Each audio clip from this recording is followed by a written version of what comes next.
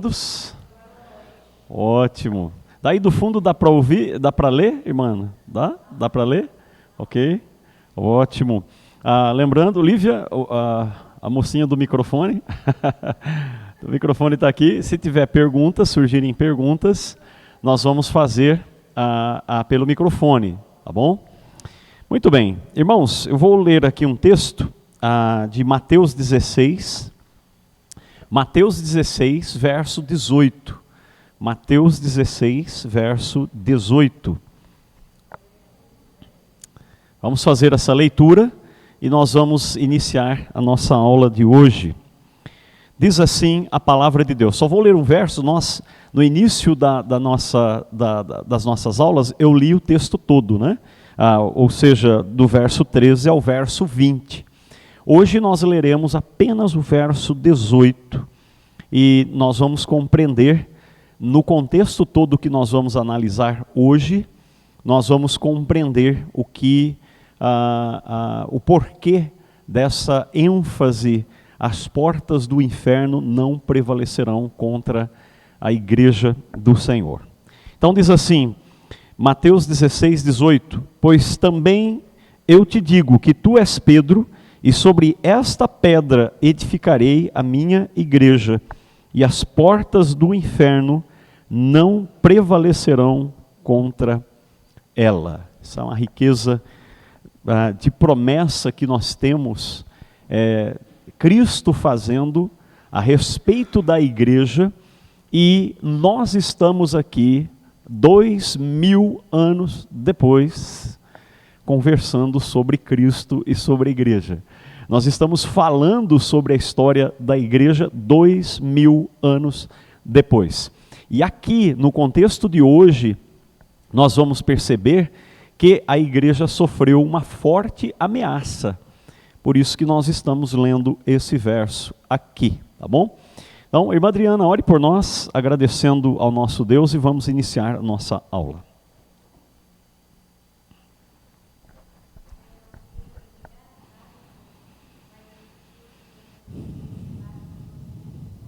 Amém.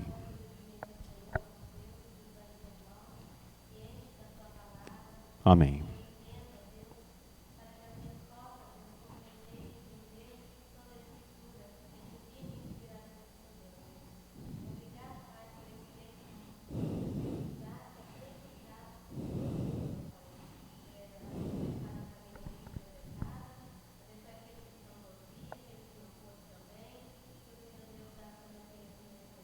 Amém. Amém. Muito bem. Nós vimos no sexto século, nós temos falado sobre a expansão e a retração do cristianismo. Quando nós falamos expansão e retração do cristianismo, lembre-se que nós estamos falando do cristianismo, a igreja católica, apostólica, romana.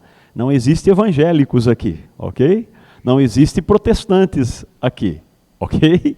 É dessa história da igreja que nós estamos falando.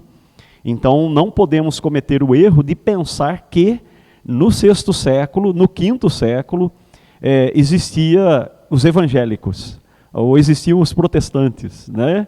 Não, nós estamos vendo e falando sobre a igreja católica, apostólica, romana.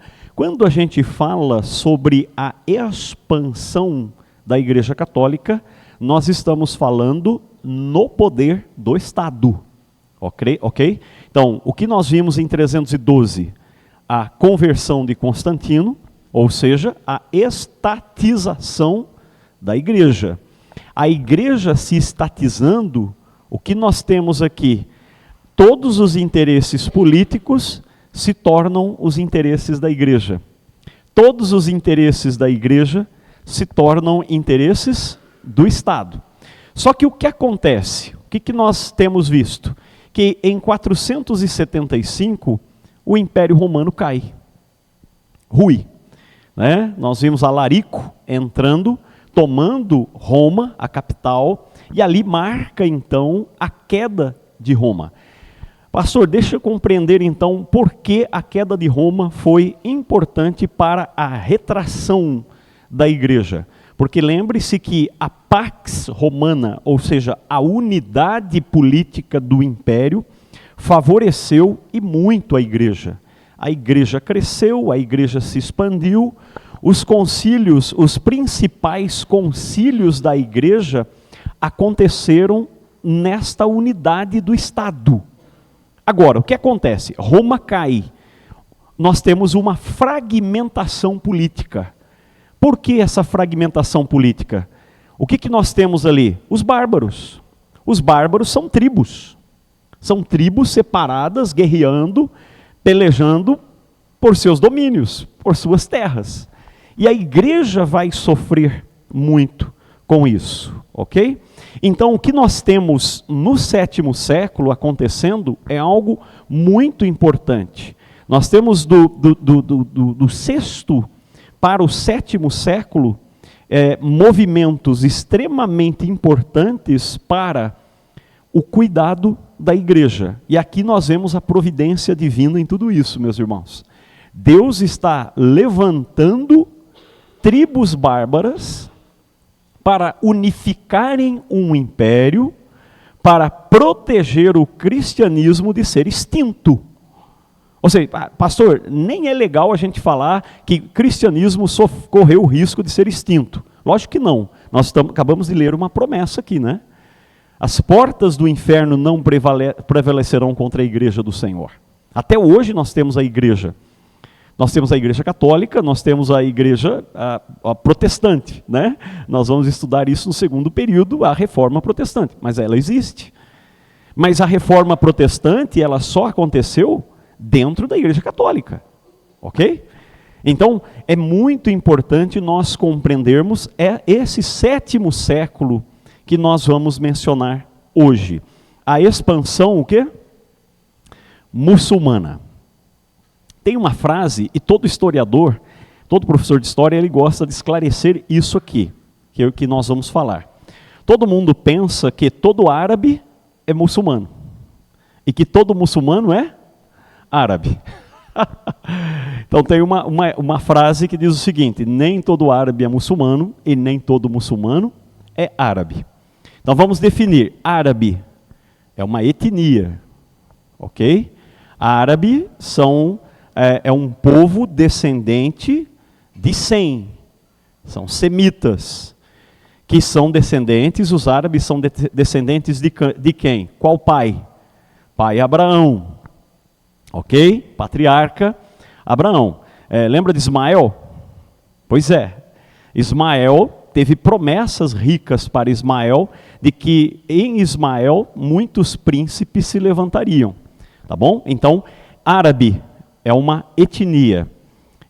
Muçulmano, quem é o muçulmano? É todo aquele que é seguidor do Islã. O que é Islã? É o islamismo. O que é o islamismo?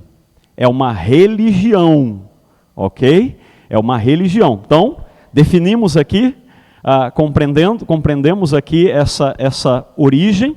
Nós temos dentro do contexto muçulmano hoje, e por isso que ele não se tornou um dos maiores impérios do mundo, porque o próprio mundo islâmico, ele se dividiu ao longo do tempo. Ele se dividiu entre sunitas e xiitas. Então você ouve muito isso nos telejornais, né? Há uma guerra entre os sunitas e entre os xiitas. Os sunitas são mais fiéis ao Corão e dizem que todo profeta ele pode ser, apesar que Maomé foi considerado o último profeta, né? Mas os líderes eles têm que descender, não precisam descender de Maomé. Já os xiitas, chamado de radicais, extremos, então se você quer chamar alguém de extremo, você fala isso é um xiita. Ou seja, aqueles homens bombas, os meninos bombas, né? O Norberto estava falando de um livro que ele está lendo, que chama O Filho do Hamas. Ele conta essa história, né? Então, Palestina, Hamas, jihadistas, que são aqueles que se entram na guerra santa, né? Todos eles estão ligados ao islamismo, que é uma religião que surge agora, nesse contexto que nós vamos ver aqui de 7º século. Ok? Então deu para definir aqui. Agora não pense que o sunita, ele não é radical, tá? Porque eu estava falando com o Norberto aqui, o próprio Alcorão, ele incita o muçulmano, porque o muçulmano é o seguidor da religião islâmica, né? Ele incita o muçulmano a guerrear. Então, por exemplo, Saddam Hussein, que todo mundo já ouviu falar que era um cara que cometia coisas terríveis, barbáries, contra os seus algozes. Ele era sunita, ele não era xiita. Tá? Então, definindo essas coisas, aí nós temos uma bandeira. Bandeira de que país é essa aí? Turquia. Nós temos a lua crescente e a estrela, o símbolo máximo, né, do islamismo. Então, aqui eles têm um livro chamado Alcorão, ou Corão, também pode ser dito. E aqui uma fala do Alcorão. Ainda que antes tivessem pedido ajuda contra os incrédulos, quando receberam de Deus um livro que confirmava as Escrituras, não quiseram crer. Por isso, os infiéis receberão a maldição de Deus. Então, todos os que não são muçulmanos são considerados como para o muçulmano? Infiel. Você é um infiel. Então o infiel, ele vai receber a maldição de Deus. Tá? Nós vamos ver outros motivos também pelos quais os jihadistas, né, meninos se candidatam a homens bombas ou meninos bombas. Enche o corpo de bomba, entra no meio de uma feira judaica e se explode. Né? Então ele é o suicida. Né? O pior tipo de inimigo é esse, é que ele está lá no meio de uma feira e você não sabe que ele é inimigo. E ele se explode. Nós vamos falar um pouco sobre isso. Então, o islamismo vai ter início com um homem chamado Maomé. Ele nasceu em Meca e ele entrou em contato com o cristianismo e o judaísmo numa viagem à Síria e Palestina.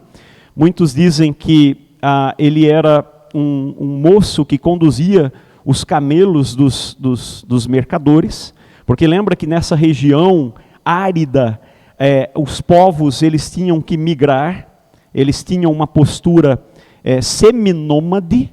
O que é o seminômade? Ele não era um nômade total que ficava peregrinando, mas ele parava, dependendo do clima, do período, da estação, ele parava e eles peregrinavam. E nessa região de Meca havia muitos mercadores. Então passavam por ali e ele vai ter contato com esses mercadores. Através dos mercadores e através das suas viagens, ele vai ter contato pela primeira vez com o cristianismo e o judaísmo. Ou seja, as duas únicas religiões do mundo monoteísta. Ok? Judaísmo e cristianismo. Por quê? Porque todos os árabes iam a Meca, e até hoje há uma peregrinação em Meca.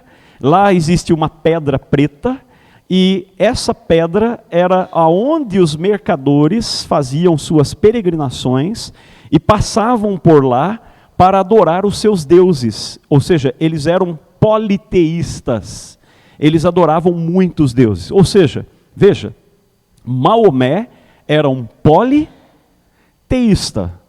Ele tem contato com o cristianismo e com o judaísmo, ele percebe a importância do monoteísmo, então ele diz que ele recebeu uma revelação do anjo Gabriel, ele recebe o Alcorão, e no Alcorão ele diz que só existe um Deus, e esse Deus se chama Alá.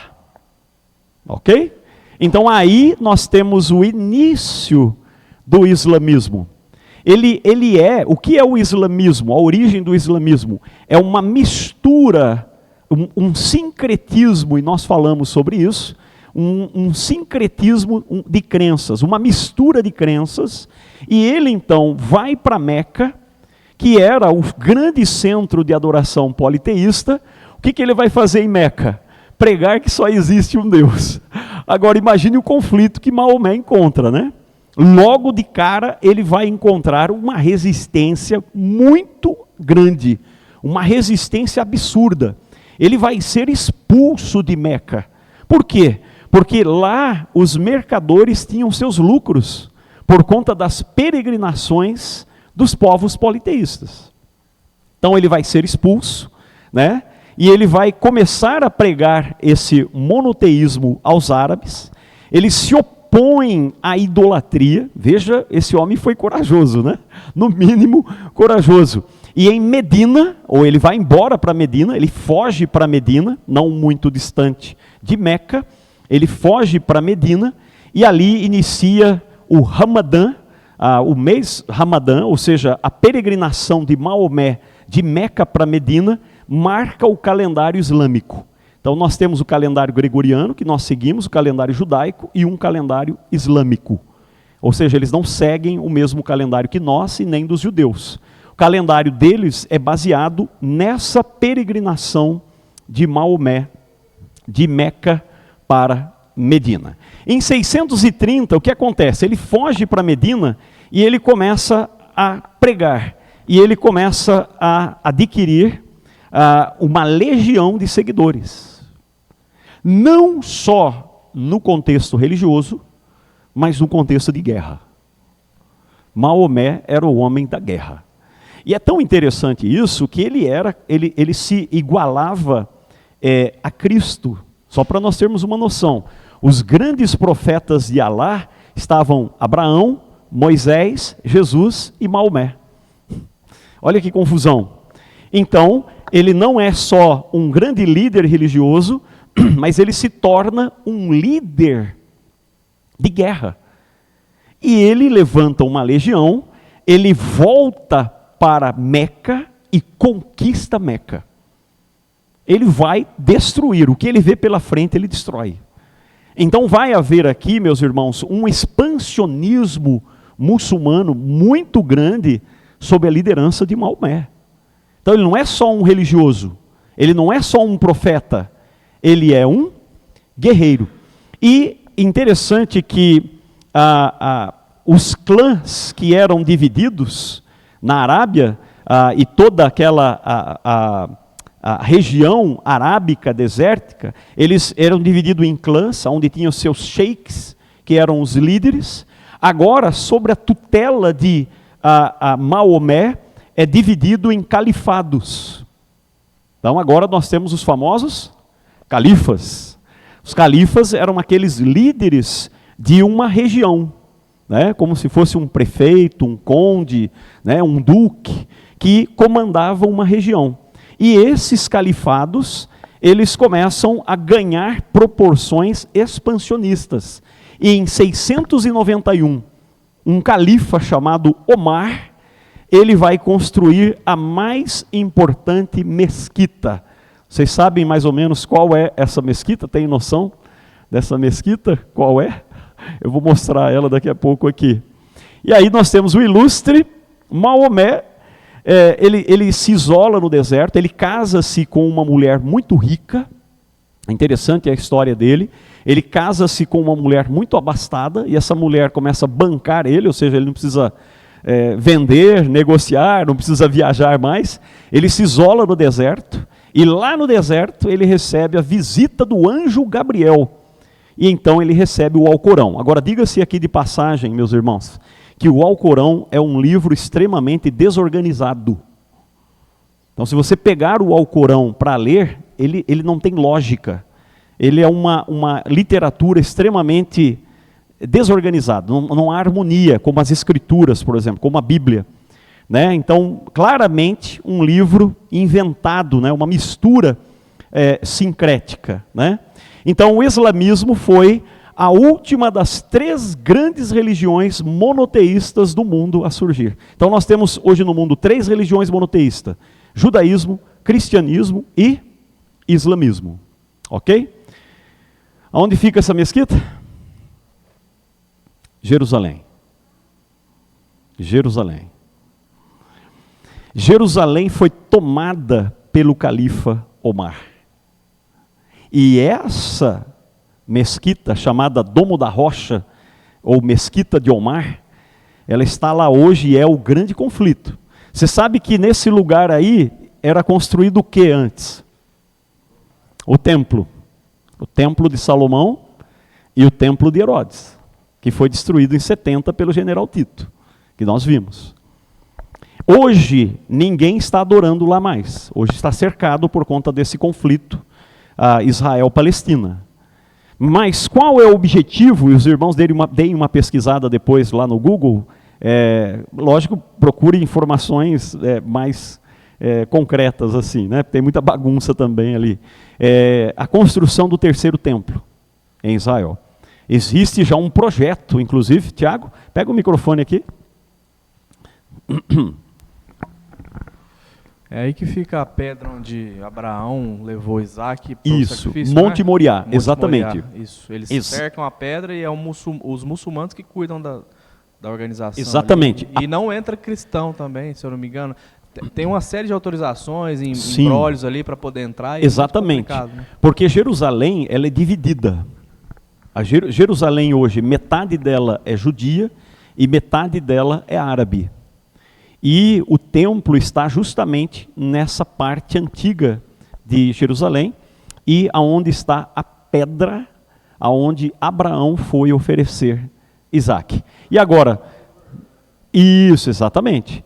E o que é interessante aqui é que os árabes são descendentes de Abraão. E o Alcorão, ele diz que Abraão foi oferecer quem sobre essa pedra? Ismael. E não Isaac. Não é um conflito terrível mesmo? Aí os presidentes americanos, desde a época de Jimmy Carter, vai lá, olha, sabe, vocês precisam conversar e resolver seus problemas.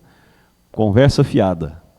Ninguém vai trazer paz entre árabes e judeus. Ninguém.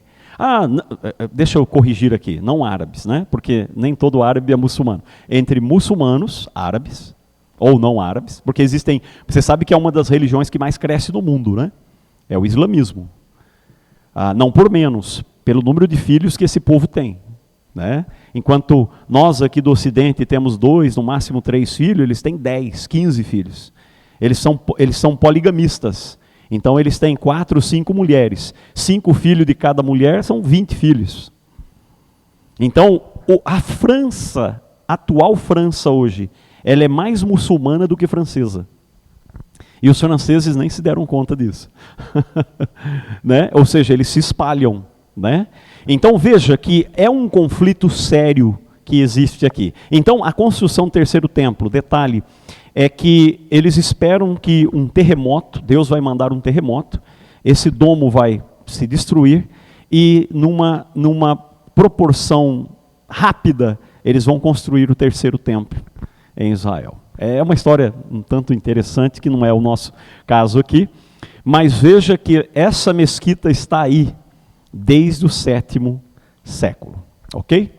A pregação do Alcorão foi a força propulsora das conquistas árabes. Então veja só a expansão. Dominaram a Síria, a Palestina, o Egito, a Pérsia, Cartago no norte da África, Península Ibérica. Aonde fica a Península Ibérica? Espanha, Portugal. Né? Veja o poder expansionista. Alguém falou algo? Achei que tinha alguém falado. Um poder expansionista absurdo que os árabes tiveram. Então o processo expansionista ele foi fulminante, estimulado por interesses em dominar rotas de comércio, por exemplo, período feudal. Todo mundo conhece aí o feudalismo, né? Os meninos já viram isso no Fundamental 2 ou no ensino médio, agora vão ver.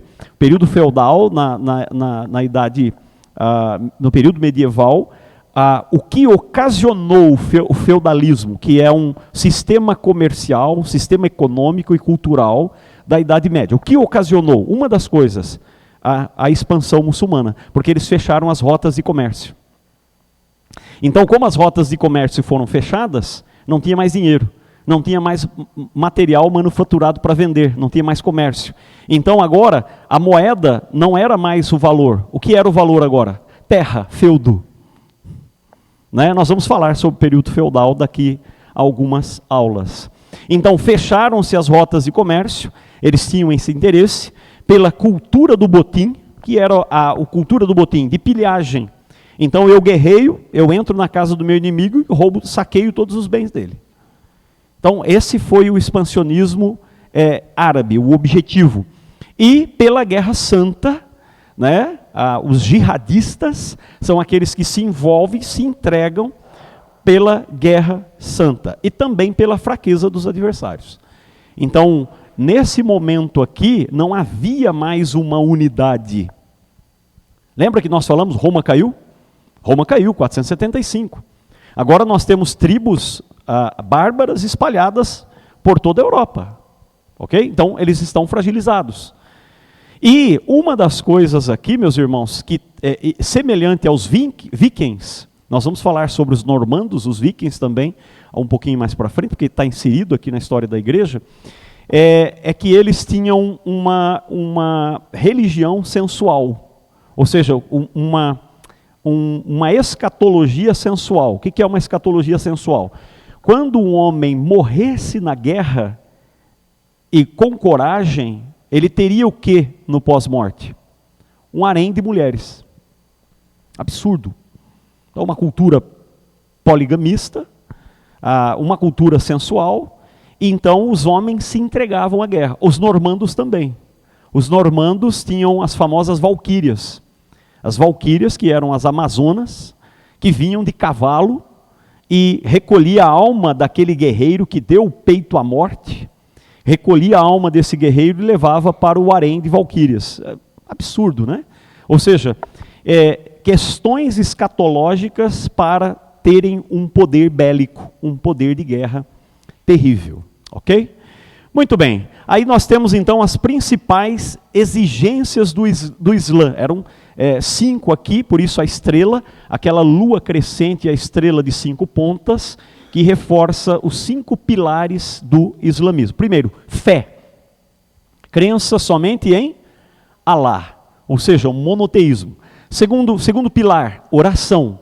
5 orações diárias. Quem daqui ora 5 vezes por dia aí? Isso, o cristianismo, boa resposta, espiritual essa resposta. Mas veja, não é uma lição, eles param tudo o que está fazendo, se viram em direção a Meca e fazem suas orações, 5 orações diárias. Isso, eles têm um senso, né? Eles têm um senso de Meca ali impressionante, né? Jejum, jejuar no mês de Ramadã, né? Passou recentemente o mês de Ramadã para o Islã. Quarto, peregrinação, peregrinar a Meca, pelo menos uma vez na vida.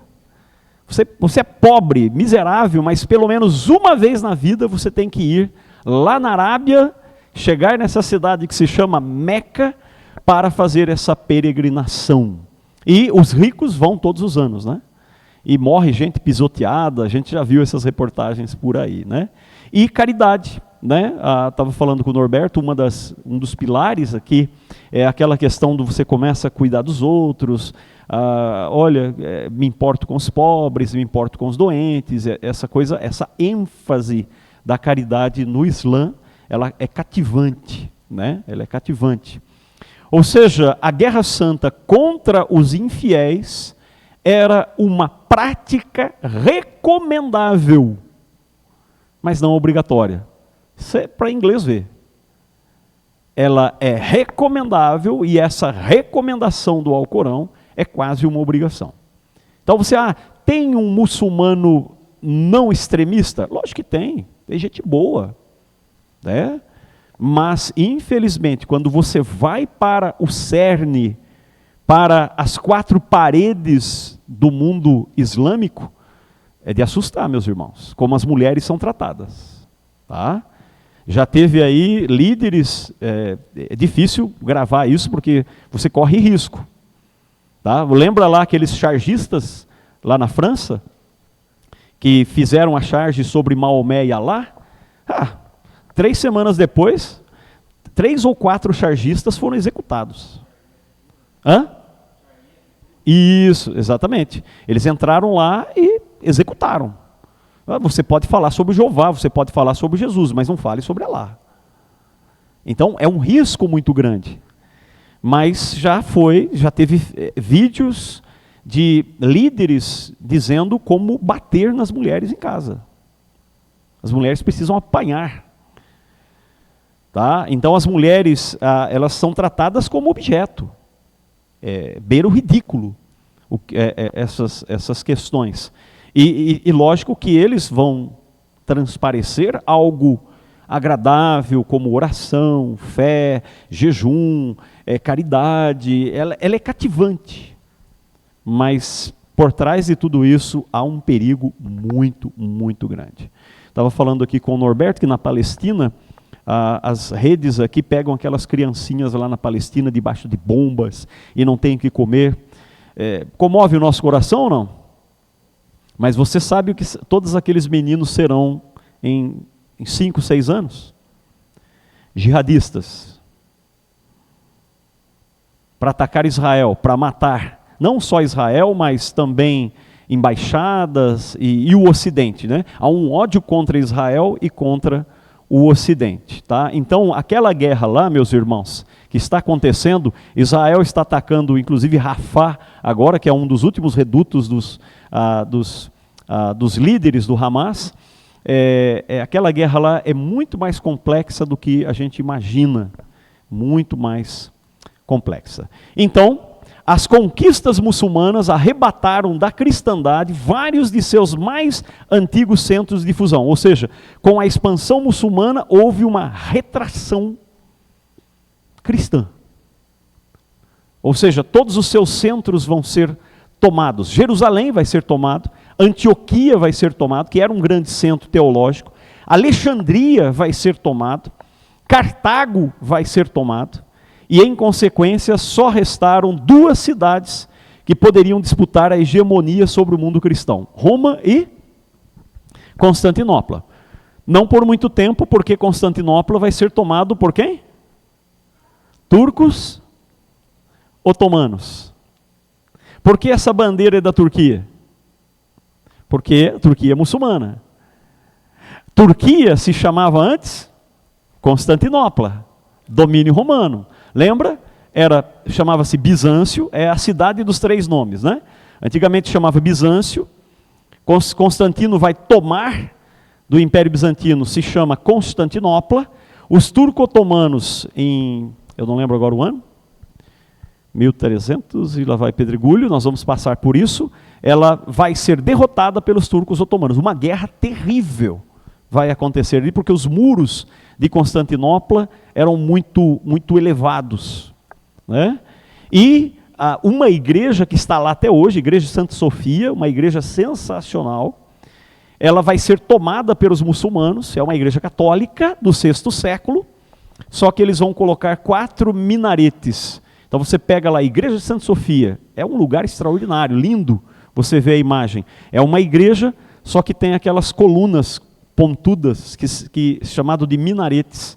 4 eles colocaram, 2 em cada canto. Isso demonstrando, essa igreja agora é nosso domínio. Não é mais domínio cristão, é de domínio muçulmano. Então hoje lá é um museu, a igreja de Santa Sofia, mas está sob domínio muçulmano. Né? Terrível, terrível. Então, nós vamos agora pensar um pouquinho, só para a gente fechar aqui para o nosso intervalo, no enfraquecimento da igreja no Oriente. Tá? A igreja católica aqui, representando o cristianismo, lembre-se disso. O pastor só fala de igreja católica. Tá bom, depois de 1500 nós vamos falar sobre os protestantes. Mas, por enquanto, nós só vamos falar sobre a Igreja Católica. O cristianismo ali na Igreja Católica Apostólica Romana, ok? E a igreja começa a se enfraquecer, perder os seus grandes centros teológicos, seus grandes centros missionários, ok? Microfone para a Adriana, por gentileza. Pastor, então quer dizer que nessa cidade, nesse país, não existe cristianismo? Atualmente nessas cidades? Sim, existe. Existe cristianismo, só que muito restrito. Em alguns lugares mais restrito, e outros lugares, os próprios muçulmanos foram perdendo o seu poder ao longo dos anos. Nós estamos falando de uma conquista de 7º século. Até hoje, eles perderam muito domínio. Por exemplo, Jerusalém. Nós vamos falar sobre a época das cruzadas. As cruzadas, elas foram investidas contra os muçulmanos. Por exemplo, a Inquisição Espanhola foi uma investida contra os mouros muçulmanos na Espanha, para espantar judeus e muçulmanos da Espanha. O senhor já chegou a ver o Alcorão? Ler alguma Alcorão? coisa? Não, nunca tive. Você nunca pegou na mão para saber como que nunca peguei, não. O que a gente vê são resenhas e comentários a respeito. Mas existe? Existe, o Alcorão, assim, muito. É um livro, é um livro importante, é o livro mais importante para o islamismo. É como se fosse a Bíblia para o cristianismo. Mas não é como a Bíblia vendida para todos? Vende-se, é possível achar. É possível? É possível, sim, acha. E algum muçulmano nessa estrutura, assim, você conhece alguém que se converteu ao cristianismo? Muçulmano que se converteu? Tipo que é do Maomé. Sim, muito. Inclusive o filho de Hamas, ele se converte ao cristianismo. O livro O Filho do Hamas é um testemunho de um rapaz que pertencia, era um jihadista, e ele se torna um cristão. Ele se converte ao cristianismo. Então tem histórias. Tem histórias. Hoje existem missionários específicos para evangelizar muçulmanos. É um desafio tremendo. Imagino. Precisa ter um preparo em tanto para evangelizar o muçulmano. Não é fácil, não. Mas existem muçulmanos que se converteram ao cristianismo, sim, com certeza. Como tem judeus que também se converteram, né? E aquela estátua que eles têm lá, um quadrado, que eles ficam rodando em volta daquele quadrado? Isso, nós vamos ver isso. É uma pedra Meca. que é aquilo? Isso, lá é uma pedra preta que existe dentro daquela cabaninha, e lá Alá se manifesta. Ali, Alá, porque lembra que essa pedra ela sempre existiu, mas era centro de um politeísmo. Naquela pedra, todos os povos árabes, todos os clãs árabes iam para lá para adorar os seus milhares de deuses. Tá? E quando Maomé toma Meca, ele transforma aquilo no centro de peregrinação islâmica. Aí ali só se adora Alá. Se você citar o nome de outro deus ali, você perde a cabeça. Aquele sentido de vida que eles vivem, somente homens. Mulheres não podem. As mulheres não entram nas sinagogas. Eu nunca vi uma mulher assim. Não. As mulheres, elas não são ligadas à religião, mas elas estão atreladas à religião do homem. É a ideia patriarcal, poligamista, extremamente rígida contra as mulheres. Tá? Por exemplo, você vai ver o famoso Talibã, que era uma área extremista islâmica. As mulheres usavam burca. Isso. Né? A burca era o extremo da vestimenta islâmica para mulheres. Já em outros países árabes não é burca, mas a mulher não mostra todo o cabelo. Tá? Elas usam véu, elas cobrem parte do rosto, são exigências. E aquelas que se arriscam a sair sem a cobertura, elas são severamente punidas. Severamente punidas. Muitas são executadas nessa rebelião. Então é uma religião extremamente perigosa, no sentido de, não gostei de você, você está morto. Né? É uma coisa bem radical. Né? Sim, aqui, assim. Inclusive a Índia, a maioria da Índia é muçulmana hoje em dia, né? Isso. Não mais hinduísta. Lá existe uma guerra. Isso. A Índia ela é dividida hoje, né? Entre muçulmanos e hindus. E existe uma guerra, porque os hindus também são da espada. Eles não são pacifistas. Hindus matam cristãos. Inclusive, existe uma batalha ali entre os indianos na divisa do Afeganistão, entre muçulmanos e hindus. Existe uma batalha, uma guerra ali intensa, né?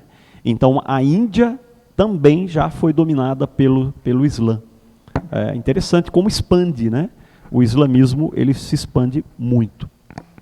Então, enfraqueceu a igreja no Oriente, só concluindo aqui, fortalecimento de Roma e Constantinopla, que são os dois domínios da igreja católica que sobraram, maior dependência de Roma, ou seja, Roma começa a ganhar a sua força e centralizar tudo ali em Roma, nós vamos falar sobre isso, maior influência de Roma no Ocidente, inclusive, por conta muito do que nós vamos falar na segunda parte agora. Então, o Islã deixou marcas culturais e religiosas na Europa Ocidental. Meus irmãos, não pensa que os árabes não produziram coisas boas não, tá? Produziram muita coisa boa. Medicina, farmácia, destilação do álcool,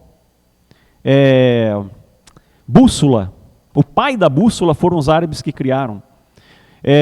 Matemática, todos os alinhamentos astronômicos, que mais? Cultura, arquitetura. Se você olhar para a Europa hoje, você vai ver muita marca árabe.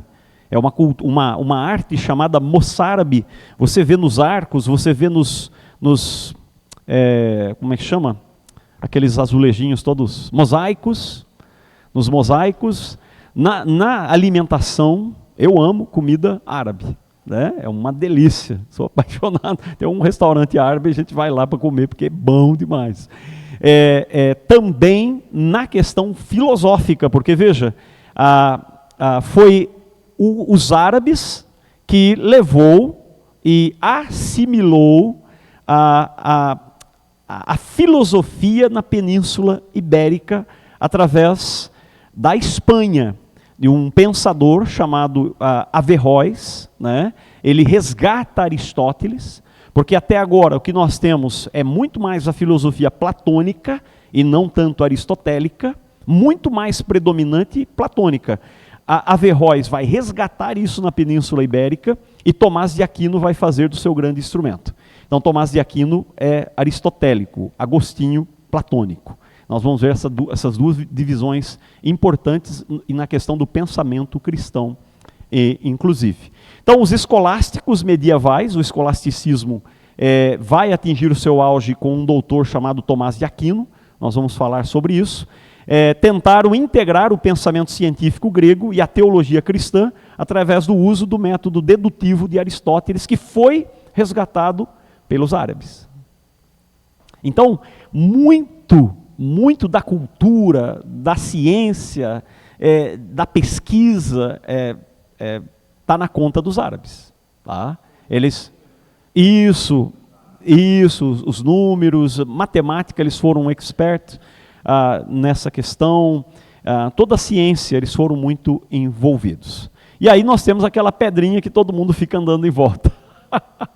Meca, né? Pelo menos uma vez na vida, todo muçulmano deve comparecer lá.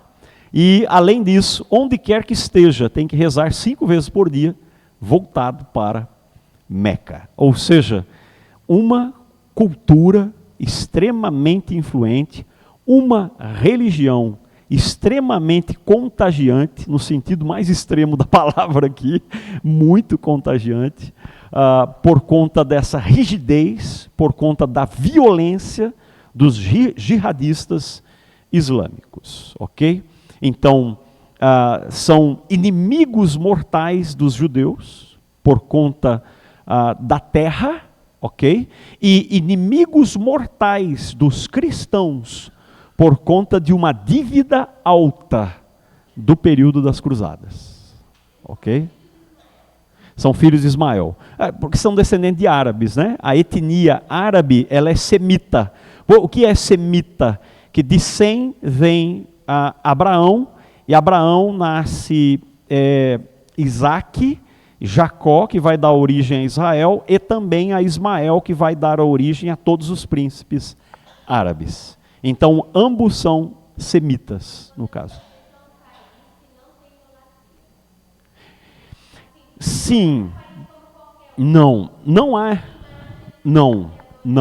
tem idolatria, porque eles são monoteístas e eles recusam qualquer tipo de idolatria. Impressionante. Cláudia? Sim, isso. Existe uma reverência, né? Uma veneração por Maomé, que foi considerado, ou seja, ele se declara o último profeta, no caso aqui, né? Sim, microfone. Pega o microfone, alguns falaram sem microfone aqui. Entendendo que eles são semitas, e que os judeus também são, né? Isso, as duas linhas semitas. Como que funciona essa divergência aí? Porque quem persegue os judeus são os muçulmanos. Árabes, vamos falar na sua grande parte, na sua grande maioria. Mas ambos são semitas. Como que fica esse conflito? São semitas. Esse conflito, ele existe desde que eles nasceram, né? Você vê esse conflito lá no nascimento de Isaac. Ismael já era um menino que zombava de Isaac, ele maltratava, e todo aquele problema, tanto que o próprio Deus, né, Sara vai dizer, esse menino precisa sair daqui, né, Ismael precisa ser levado embora com Agar, porque ele era filho de Agar, filho da serva, e Deus diz, ouça sua mulher. Então Abraão, muito custo, ele pega Agar, pega Ismael e leva para distante, para longe. Mas é interessante ali, na Bíblia, que Deus cuida de Ismael.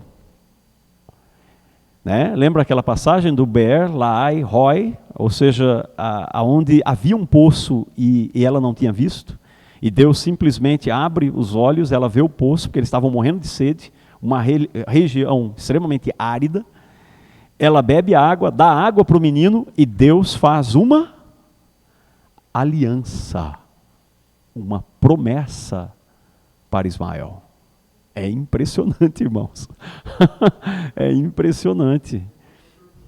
E depois, lógico, se tornaram inimigos, né?